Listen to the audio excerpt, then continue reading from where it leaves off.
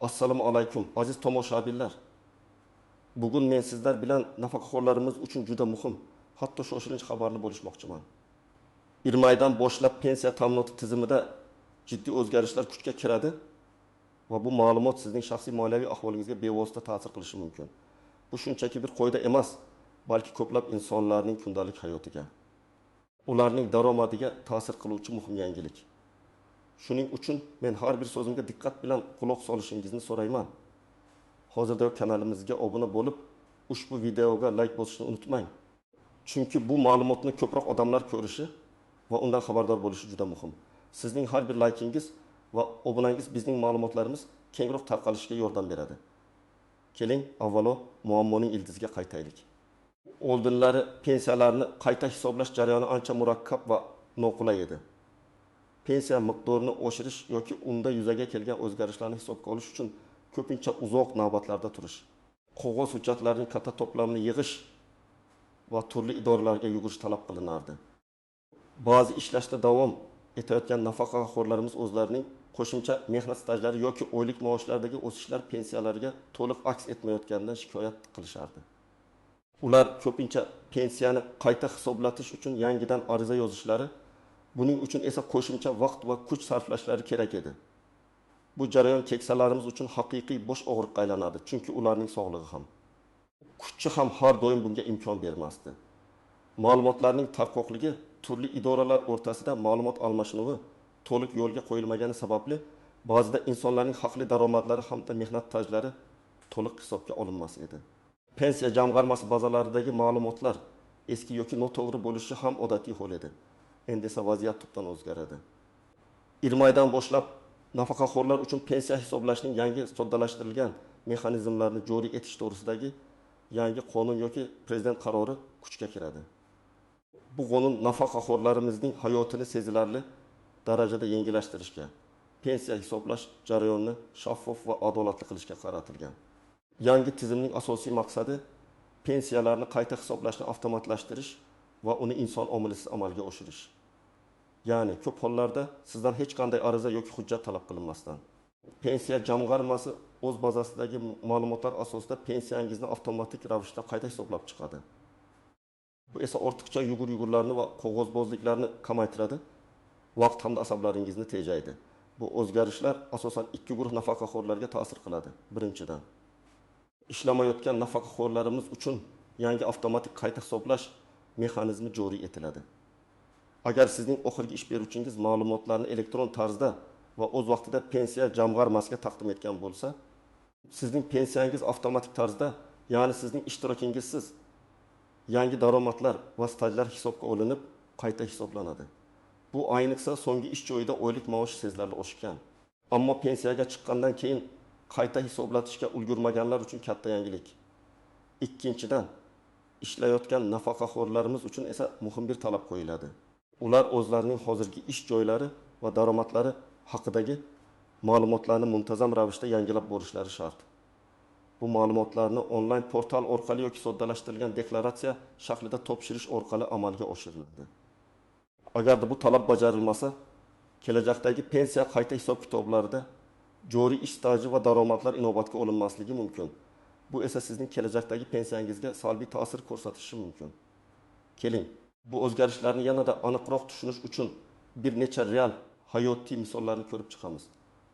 Bu misollar sizning shaxsiy vaziyatingizni tushunishga yordam beradi deb umid qilaman. Birinchi misol. Bu misol siz uchun qanday foyda keltirishi mumkinligini ko'rsatadi. Tasavvur qiling, Otabek aka 7000 yoshda 5 yil oldin nafaqaga chiqqan. Nafaqaga chiqishdan avval u katta davlat korxonasida muhandis bo'lib ishlagan. Pensiyaga chiqqandan so'ng uning oxirgi ish joyidagi oylik maoshi 2 yil davomida sezilarli darajada oshirilgan. Masalan, o'rtacha 2 million so'mdan 3,5 million so'mga ko'tarilgan eski tizimda. Otabek aka bu o'sishni pensiyasida aks ettirish uchun pensiya jamg'armasiga borib, ish joyidan ma'lumotnoma olib, ariza yozib, yana bir necha hujjatlarni taqdim etish kerak edi. Bu uch anchagina ovoragarchilik edi. Yangi tizimda esa agar uning so'nggi ish beruvchisi barcha ma'lumotlarni elektron bazaga to'g'ri va o'z vaqtida taqdim etgan bo'lsa, Otabek akaning pensiyasi avtomatik ravishda qayta hisoblanadi. Endi 1 maydan boshlab. U hech qanday harakat qilmasdan har oy qo'shimcha 300 ming so'm pensiya olishi mumkin. Bu uning uchun kutilmagan, ammo adolatli sovg'a uning mehnati nihoyat to'liq qadrlanganini anglatadi. Bu pul uning dorilarga, kommunal to'lovlarga yoki nevaralarga sovg'alar olishga yordam beradi. Bu misol shuni ko'rsatadiki, yangi tizim haqiqatan ham nafaqaxo'rlarimizning hayotini yaxshilashi mumkin. Ammo bunda ma'lumotlarning aniqligi juda muhim. Ikkinchi misol. Bu misolda esa sizdan qanday harakat talab qilinishi mumkinligini ko'rib chiqamiz. Dilbar opa 65 yoshda 3 yildan beri nafaqada. Lekin Dilbar opa uyda o'tirishni xohlamaydi va shu bilan birga kichik bir xususiy korxonada yarim stavkada buxgalter bo'lib ishlaydi. Uning ish beruvchisi ijtimoiy to'lovlarni o'z vaqtida to'laydi va bu haqda soliq organlariga ma'lumot beradi. Biroq Dilbar opaning pensiya jamg'armasidagi shaxsiy kabinetida yagona interaktiv davlat xizmatlari portali (ID Expo) orqali kirish mumkin. Uning hozirgi ish staji va daromadlari to'liq aks etmaydi. Yangi qoidaga ko'ra. Agar u o'zining joriy ish joyi haqidagi ma'lumotlarni shaxsan pensiya jamg'armasiga taqdim etmasa yoki ID Expo orqali shaxsiy kabinetida kiritmasa, masalan 1 iyulgacha, bu muddat shartli. Uning keyingi pensiya qayta hisoblashlarida bu davr inobatga olinmasligi mumkin. Bu esa uning kelajakdagi pensiyasiga salbiy ta'sir ko'rsatishi mumkin. Misol uchun, har oy 1 ming so'mga kamroq pensiya olish ehtimoli bor. Sababi uning so'nggi 3 yillik mehnat staji va daromadlari to'liq hisobga olinmasdan qoladi. Dilbar opa uchun bu qo'shimcha pul o'ziga kerakli kitob-kitoblar sotib olishi, nevaralariga shirinliklar olishi uchun juda muhim edi. Bu misol ishlayotgan nafaqaxo'rlarimizning faolligi qanchalik muhimligini ko'rsatadi. 3-misol. Bu misol esa ehtimoliy qiyinchiliklar va kamchiliklar haqida. Olimjon bobo 72 yoshda, nafaqada. Uning oxirgi ish joyi kichik bir xususiy firma bo'lib, u yerda 15 yil davomida chilangarlik qilgan. Ammo firmaning rahbari 3 yil oldin vafot etgan va firma faoliyatini to'xtatgan. Firmaning hujjatlari tartibsiz bo'lganligi sababli Olimjon boboning so'nggi 1 yillik ish staji va daromadlari pensiya jamg'armasi bazasida to'liq aks etmagan. Yangi avtomatik qayta hisoblash tizimi bunday ma'lumotlarni avtomatik ravishda tortib ola olmaydi. Chunki rasmiy bazalarda bu ma'lumot yo'q. Natijada Olimjon boboning pensiyasi qayta hisoblanmaydi va u hech qanday qo'shimcha mablag' olmaydi. Aslida esa agar uning shu so'nggi yillardagi daromadlari hisoblansa, uning pensiyasi bir necha 100 ming so'mga o'sishi mumkin edi. Ammo agar Olimjon bobo bu holatni aniqlash uchun pensiya jamg'armasiga shaxsan murojaat qilmasa, u bu imkoniyatdan foydalana olmaydi. Bu yerda uning shaxsan harakatlanishi shart. Bu misol shuni ta'kidlaydiki, tizim qanchalik avtomatlashgan bo'lmasin, ba'zi bir holatlarda shaxsiy tashabbus va murojaat hal qiluvchi rol o'ynaydi. Ayniqsa eski davrlardagi hujjatlar bilan bog'liq muammolar borlar uchun bu juda muhim. Xo'sh, kimlar ayniqsa xavotir olishlari yoki aksincha xotirjam bo'lishlari mumkin? Kimlar xavotir olishlari kerak? Birinchidan, hozirda ishlashda davom etayotgan nafaqaxo'rlar. Agar siz so'nggi paytlarda pensiya jamg'armasi bilan aloqaga chiqmagan bo'lsangiz yoki sizning ish beruvchingiz ma'lumotlarni to'liq taqdim etayotganiga ishonchingiz komil bo'lmasa, sizdan aniq harakat talab qilinishi mumkin. Ish beruvchingizning mas'uliyatsizligi sizning kelajakdagi pensiya miqdoringizga salbiy ta'sir ko'rsatishi mumkin. Ikkinchidan, o'zining so'nggi ish joyida oylik maoshi sezilarli darajada oshgan. Lekin pensiyaga chiqqandan keyin uni qayta hisoblashga ulgurmagan nafaqaxo'rlar. Agar sizning ish beruvchingiz ma'lumotlarni to'g'ri taqdim etgan bo'lsa, siz avtomatik ravishda ko'proq pensiya olishingiz mumkin.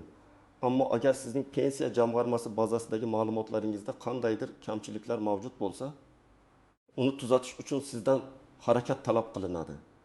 Uchinchidan, turli xil qo'shimcha ijtimoiy imtiyozlar yoki to'lovlarni oluvchi nafaqaxo'rlar. Yangi tizim ba'zi holatlarda bu imtiyozlarni olish shartlarini ham o'zgartirishi mumkin. Bu esa yangi ma'lumotlarni taqdim etishni talab qiladi. To'rtinchidan, yaqin vaqt ichida nafaqaga chiqishni rejalashtirayotgan shaxslar. Ular o'zlarining mehnat stajlari va daromadlari haqidagi barcha ma'lumotlar rasmiy bazalarda to'liq aks etganiga ishonch hosil qilishlari shart. Aks holda ular nafaqaga chiqqandan keyin kamroq pensiya olishlari mumkin. 5-dan, hujjatlari tartibsiz bo'lgan, ish joylari tez-tez o'zgargan yoki ba'zi bir davrlarda norasmiy ishlagan fuqarolar. Ularning bazadagi ma'lumotlari noto'g'ri yoki to'liq bo'lmasligi ehtimoli yuqori. Kimlar xavotir olmasliklari mumkin? 1-dan, pensiyaga juda yaqinda chiqqanlar va yangi qoidalar doirasida rasmiylashtirilganlar. Ularning ma'lumotlari odatda eng yangi va to'g'ri bo'ladi. Ikkinchidan, o'z pensiyasini doimiy ravishda olib kelayotgan, hech qanday o'zgarishlar kutmayotgan va oxirgi ish joyidagi hujjatlar benuqson. Barcha ma'lumotlari so'nggi yillarda to'liq taqdim etilgan nafaqaxo'rlar. Ular uchun avtomatik qayta hisoblash mexanizmi muammosiz ishlashi kutilmoqda. Uchinchidan, harbiy nafaqaxo'rlar va nogironligi bo'lgan shaxslar uchun tayinlangan maxsus nafaqalar. Ushbu toifadagilar uchun ba'zi qoidalar farq qilishi yoki ular uchun alohida mexanizmlar mavjud bo'lishi mumkin. Endi esa ushbu yangi tizimning istisnolari, tuzoqlari va unchalik aniq bo'lmagan jihatlari haqida gaplashamiz. Bu sizga vaziyatni to'liqroq tushunishga yordam beradi. Istisnolar va o'ziga xos holatlar, harbiy nafaqaxo'rlar. Ular asosan Mudofaa vazirligi yoki Ichki ishlar vazirligi tizimi orqali pensiya oladilar va ularning pensiya hisoblash qoidalari fuqarolik pensiyalardan biroz farq qiladi. Ularga ushbu yangilik to'g'ridan to'g'ri ta'sir qilmasligi mumkin. Lekin ular ham o'z idoralaridagi o'zgarishlardan xabardor bo'lishlari kerak. Nogironligi bo'lgan shaxslar, ularning nafaqasi asosan mehnat stajiga bog'liq bo'lmagan ijtimoiy nafaqa bo'lishi mumkin. Agar ular nogironlik pensiyasi bilan birga mehnat pensiyasi ham olayotgan bo'lsa, o'zgarishlar ularga ta'sir qilishi mumkin.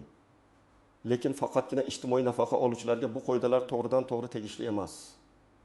Xorijda yashovchi nafaqaxo'rlar, O'zbekistonda pensiya oluvchi, ammo xorijda yashayotgan fuqarolar uchun ma'lumotlarni yangilash va qayta hisoblash jarayoni biroz murakkabroq bo'lishi mumkin.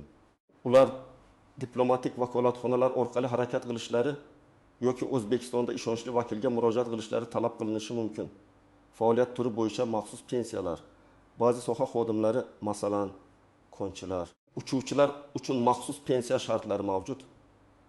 Bu shartlar o'zgarishsiz qolishi mumkin, ammo ularning umumiy mehnat staji va daromadlari bo'yicha qayta hisoblash yangi qoidalarga muvofiq amalga oshiriladi.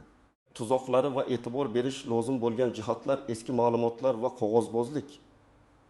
Mamlakatimizda ba'zi eski davrlarga oid mehnat daftarshalari yoki arxiv ma'lumotlari raqamlashtirilmagan bo'lishi mumkin. Agar sizning ish stajingizda bunday davrlar mavjud bo'lsa, avtomatik tizim ularni to'g'ri hisobga olmasligi mumkin. Bu holatda sizdan shaxsan eski hujjatlarni taqdim etish talab qilinadi. Ish beruvchilarning mas'uliyatsizligi. Yuqorida aytganimizdek, agar sizning ish beruvchingiz ma'lumotlarni pensiya jamg'armasiga o'z vaqtida va to'g'ri taqdim etmagan bo'lsa, tizim sizning haqli pensiya miqdoringizni oshira olmaydi. Bu ishlayotgan nafaqaxo'rlar uchun jiddiy muammo bo'lishi mumkin. Siz ish beruvchingizdan ma'lumotlarni taqdim etishini talab qilishingiz kerak. Raqamli xizmatlardan foydalana olmaslik. Ko'plab nafaqaxo'rlarimiz internetdan yoki EDXP, MyGov.uz kabi portallardan foydalanishda qiynalishadi.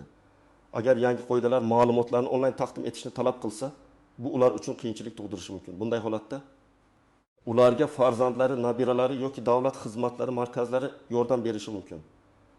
Avtomatik qayta hisoblashni noto'g'ri tushunish ko'pchilik avtomatik degan so'zni eshitib, hech qanday harakat qilish shart emas deb o'ylashi mumkin. Ammo yuqorida aytilganidek, bu avtomatiklik ma'lumotlarning aniq va to'liq bo'lishiga bog'liq. Agar bazada kamchiliklar bo'lsa, sizning harakatingiz zarur bo'ladi. Firibgarlik harakatlari. Har qanday yangilik ortidan firibgarlar faollashadi. Ular o'zlarini pensiya jamg'armasi xodimi deb tanishtirib, sizdan bank karta raqami, PIN kod yoki boshqa shaxsiy ma'lumotlaringizni so'rashi mumkin. Ehtiyot bo'ling. Hech qachon bunday ma'lumotlarni notanish shaxslarga bermang.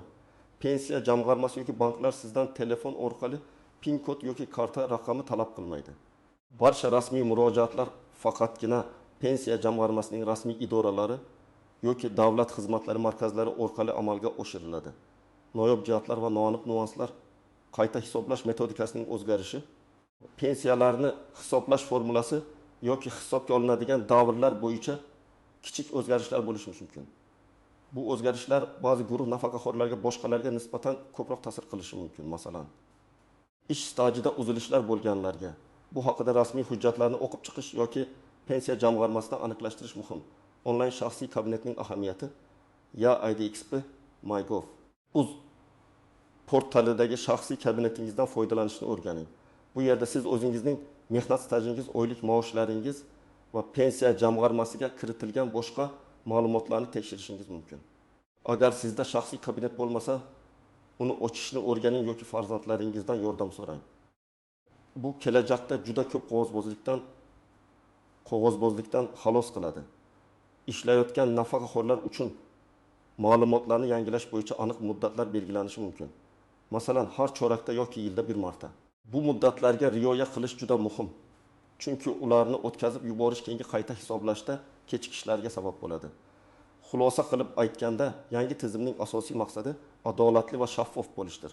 Biroq har bir nafaqaxo'rimiz o'z holatini individual ravishda ko'rib chiqishi va kerak bo'lsa tegishli choralarni ko'rishi shart.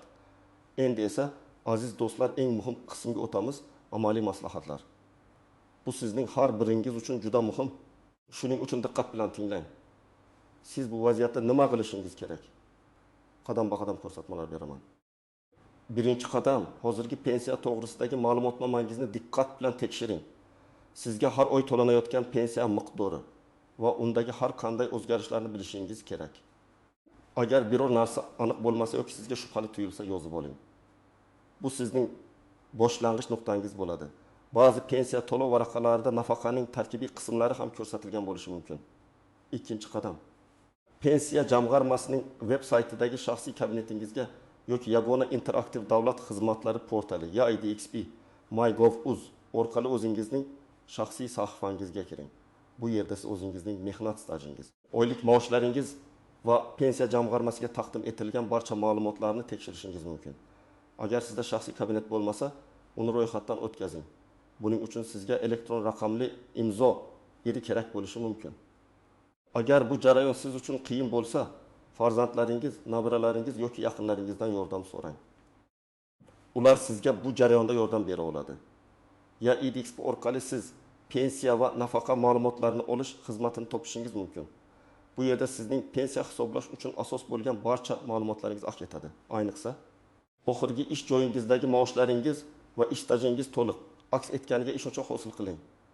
Uchinchi qadam, ishlayotgan nafaqaxo'rlar uchun. Agar siz hali ham ishlashda davom etayotgan bo'lsangiz, ish beruvchingizdan, ya'ni buxgalteriya bo'limidan yoki kadrlar bo'limidan so'rang. Ular sizning ish haqingiz va ijtimoiy ajratmalar to'g'risidagi ma'lumotlarni pensiya jamg'armasiga muntazam ravishda va elektron shaklda taqdim etayotganiga ishonchingiz komilmi? Agar ular ma'lumotlarni to'g'ri taqdim etmayotgan bo'lsa, ulardan bu kamchiliklarni bartaraf etishni talab qiling. Ayrim hollarda sizdan shaxsan ma'lumotlarni deklaratsiya qilish talab qilinishi mumkin. Buning uchun pensiya jamg'armasining hududiy bo'limlariga murojaat qilishingiz yoki IDXP orqali tegishli sharhni to'ldirishingiz kerak bo'ladi.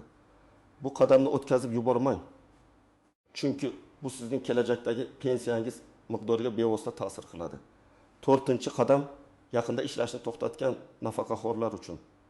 Agar siz ishlashni yaqinda to'xtatgan bo'lsangiz va sizning pensiyangiz avtomatik ravishda, masalan, 1 yilgacha bu sana shartli, ammo siz uchun mo'ljal bo'lishi mumkin.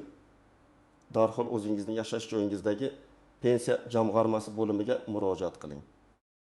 U yerga borishda o'zingiz bilan pasportingiz, mehnat daftarchangiz, oxirgi ish joyingizdan olgan daromadlar to'g'risidagi ma'lumotnoma agar mavjud bo'lsa va avvalgi pensiya to'g'risidagi ma'lumotnomangizni olib boring. Ulardan pensiyangizni qayta hisoblashni so'rang va vaziyatingizni tushuntiring. 5-qadam, firibgarlardan ehtiyot bo'ling. Bu juda muhim ogohlantirish. Hech qachon sizga telefon orqali qo'ng'iroq qilib, o'zini pensiya jamg'armasi xodimi yoki bank xodimi deb tanishtirib, bank kartangizning PIN kodi, to'liq raqami, yaroqlilik muddati yoki orqa tomondagi 3 xonali SHV kodini so'ragan shaxslarga bu ma'lumotlarni bermang. Pensiya jamg'armasi va banklar hech qachon bunday ma'lumotlarni telefon orqali so'ramaydi. Agar shubha tug'ilsa, qo'ng'iroqni tugating va o'zingiz pensiya jamg'armasining rasmiy aloqa markaziga yoki bankka murojaat qiling. Hamma rasmiy jarayonlar faqatgina rasmiy idoralar orqali amalga oshiriladi. Hech kimga pul o'tkazishni ham talab qilmaydi. Qanday hujjatlarni to'plash kerak? Asosiy hujjatlar: 1. Pasportingiz asl nusxasi va nusxasi. 2. Mehnat daftarchangiz asl nusxasi va nusxasi. 3. Oxirgi ish joyingizdan olgan daromadlar to'g'risidagi ma'lumotnoma, agar sizda mavjud bo'lsa va uni pensiya hisoblashda inobatga olishni istasangiz. 5. Avvalgi pensiya to'g'risidagi ma'lumotnoma, agar mavjud bo'lsa. 6. Agar sizda o'tmishda ish stajini tasdiqlovchi boshqa hujjatlar Masalan, arxiv ma'lumotnomalari ish beruvchidan olingan buyruqlar nusxalari bo'lsa, ularni ham olib boring. Qayerga murojaat qilish kerak? 1. Yashash joyingizdagi pensiya jamg'armasi bo'limi. Bu asosiy murojaat joyingiz bo'ladi. Ikkinchi, davlat xizmatlari markazlari. DXM. Bu markazlar sizga ya IDXP orqali onlayn xizmatlardan foydalanishda yordam berishi, shuningdek, pensiya jamg'armasiga murojaat qilishda kerakli sharhlarni to'ldirishda ko'maklashishi mumkin. Ya IDXP MyGov.uz portali. Bu yerda siz ko'plab xizmatlarni onlayn tarzda olishingiz va murojaat yuborishingiz mumkin. Nima yozish kerak? Murojaatnoma ariza yozayotganda o'zingizning vaziyatingizni aniq va tushunarli tilda bayon qiling. Misol uchun, men ism, familiya, otasining ismi, tug'ilgan sanamda tug'ilganman, pensiya guvohnomasi raqamli nafaqaxo'rman. Pensiya to'g'risidagi yangi qonun qaroriga asosan pensiyamni qayta hisoblashni so'rayman. Chunki oxirgi ish joyimdagi oyligim oshgan, ish tajim hisobga olinmagan va hokazo. Ilovada hujjatlar ro'yxatini taqdim etaman. Murojaatimni ko'rib chiqishingizni va tegishli choralarni ko'rishingizni so'rayman. Ariza 2 nusxada tayyorlanishi, bir nusxasi sizda qolishi va unga pensiya jamg'armasi xodimi tomonidan qabul qilinganligi haqida belgi qo'yilishi shart. Aziz tomoshabinlar, ko'rib turganingizdek, pensiya ta'minoti tizimidagi bu o'zgarishlar sizning hayotingizga jiddiy ta'sir ko'rsatishi mumkin. Bu o'zgarishlar hayotimizni soddalashtirish va adolatni ta'minlashga qaratilgan bo'lsa-da, sizning faolligingiz va diqqatli bo'lishingiz juda muhim. Shoshilmang, lekin ehtiyotkor va diqqatli bo'ling. Yuqoridagi maslahatlarga amal qilsangiz, siz o'zingizning haqli pensiyangizni to'liq miqdorda olishingizga ishonch hosil qilishingiz mumkin. Agar sizda yana qo'shimcha savollar tug'ilgan bo'lsa yoki qandaydir aniq holatga duch kelsangiz, bu haqida kommentariyalarda yozib qoldiring. Men va jamoamiz imkon qadar barcha savollarga javob berishga harakat qilamiz yoki sizni qayerga murojaat qilish kerakligi haqida yo'naltiramiz. Sizning savollaringiz boshqalarga ham yordam berishi mumkin. Ushbu videoni o'z do'stlaringiz va yaqinlaringiz bilan baham ko'ring. Ayniqsa nafaqaxo'rlarimiz orasida zero xabardorlik muvaffaqiyat garovi. Kanalimizga obuna bo'lishni va ushbu videoga like bosishni unutmang. Keyingi videolarda yana ko'rishguncha. Sog' bo'ling, salomat bo'ling.